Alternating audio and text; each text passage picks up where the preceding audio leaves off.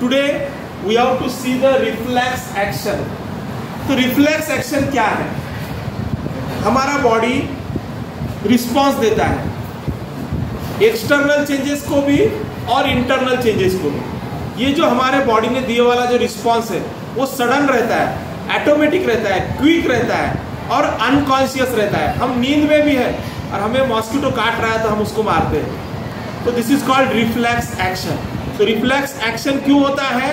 कोई ना कोई चेंज होता है एटमॉस्फेयर में, उसका असर हमारे बॉडी पे होता है और हमारा बॉडी उसको रिस्पॉन्स देता है। सिंपल सी बात है, हमें ठंडी के मौसम में ठंडी लगती है, हम स्वेटर पहन लेते हैं। गर्मी के मौसम में हम फैन लगाते हैं, कूलर लगाते हैं, पतले कपड़े पहनते हैं। ये क्या है? ये सब रिफ्लेक्स एक्शन ही है। किसी गर्म चीज पे हमने हाथ रख दिया, कोयले पे वगैरह, जल्दी हम हटा लेते हैं क्योंकि ये रिफ्लेक्स एक्शन ही है।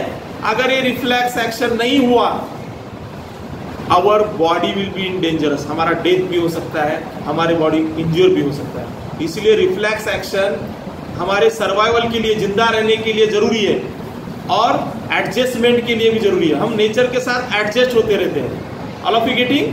क्यों एडजस्ट होते रहते हैं हम? रिफ्लेक्स एक्शन से ही एडजस्ट होते रहते हैं। तो रिफ्लेक्स एक्शन जो है इसका मेन पार्ट है रिफ्लेक्स आर्क। तो ये जो रिफ्लेक्स आर्क बनी है इसके 5 कंपोनेंट है, आपको एग्जाम में पूछते हैं। तो कहां से स्टार्ट हो रहा है रिफ्लेक्स एक्शन? जहां से हमें संवेदनाएं मिल रही है। जैसे हमारा स्किन है, गर्म पानी में हाथ रख दिया तो हमें वो हीट महसूस होगा और वो जो स्टिमुलस है वो इंपल्सेस में कन्वर्ट हो जाएगा। और हमारे बॉडी में जो न्यूरॉन है, सेंसरी न्यूरॉन है, तो क्या करेगा?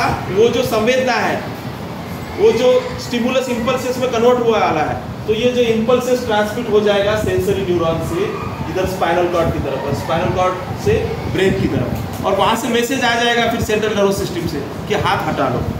तो ये जो मैसेज कैसे आता है? ये रिले सेंटर रहता है स्पाइनल कॉर्ड में, वो क्या करता है? सेंसरी न्यूरॉन के द्वारा आए वाली सेंसरी इंपल्सेस को कैच करता है, उसको अंडरस्टैंड करता है, इंटरप्रेट करता है और उसका कन्वर्शन मोटार इंपल्सेस में करता है। किसमें? मोटार इंपल्सेस में। फिर वो मोटार इंपल्सेस जो जाती है हाथ हटाने को कहने वाली, वो मोटार न्यूरॉन से जाती है और बाद में हम हाथ हटा लेते हैं। ये बहुत ही क्विक मूवमेंट रहता है। मॉस्किटो ने काट लिया तो सेंसरी न्यूरॉन द्वारा सेंसरी इंपल्सेस जाती है स्पाइनल कॉर्ड, ब्रेन की तरफ, और हम सडन उसको मॉस्किटो को मारेंगे नहीं तो हाथ हटाएंगे। जो भी एक्शन होती है वो बहुत ही सडन होती है। This is called reflex action. तो और उसका लास्ट का जो कंपोनेंट है इसका इफेक्ट और ऑर्गन। इसका लास्ट में जो इफेक्ट होता है वो इफेक्ट और ऑर्गन पे, जो भी हमारे बॉडी में मसल्स है, ग्लैंड्स है, वो क्या हो जाएंगे? कॉन्ट्रैक्ट हो जाएंगे। लास्ट इफेक्ट इसका।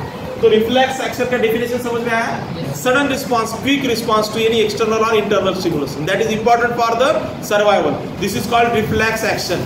तो इसके काफी सारे एग्जांपल है। हम रोड से जा रहे हैं, कार आ रही है, रात का टाइम है समझो, उसके लाइट गिर गया हमारे आंखों पे, हम आंखें बंद कर लेते हैं। This is called reflex action, sudden response given by our body. तो इसका जो पहला कंपोनेंट है वो सेंसरी ऑर्गन। यहाँ स्किन क्या हो गया? सेंसरी ऑर्गन हो गया। वो सेंसरी इंपल्सेस रिसीव करता है और जो सेंसरी ऑर्गन द्वारा जो सेंसरी इंपल्सेस जो क्रिएट होती है और ट्रांसमिट कौन करता है? Sensory neuron. तो दूसरा पार्ट कौन सा हो गया? Sensory neuron. और तीसरा पार्ट इधर जो रिले सेंटर स्पाइनल कॉर्ड, वहां उस पर प्रोसेसिंग होता है और मोटार इंपल्सेस में कन्वर्शन होता है और मोटार न्यूरॉन द्वारा एक्शन दिए जाती है। तो मोटार न्यूरॉन भी इसका पार्ट हो गया, चौथा पार्ट। और लास्ट पार्ट जो इफेक्ट ऑर्गन, इसमें लास्ट में जो हमारे बॉडी में मसल्स होंगे, ग्लैंड्स होंगे, वो कॉन्ट्रैक्ट होंगे। तो इस प्रकार से ही इफेक्ट होगा इसमें। तो ये रिफ्लेक्स एक्शन है और ये जो पार्ट दिख रहा है रिफ्लेक्स आर्क है। इसमें 5 कंपोनेंट है और स्टेप बाय स्टेप ये प्रोसेस होती है और इसमें से इंफॉर्मेशन ट्रांसमिट होती है और स्पाइनल कॉर्ड एक्शन लेता है, ब्रेन एक्शन लेता है। All of you got this? Thank you.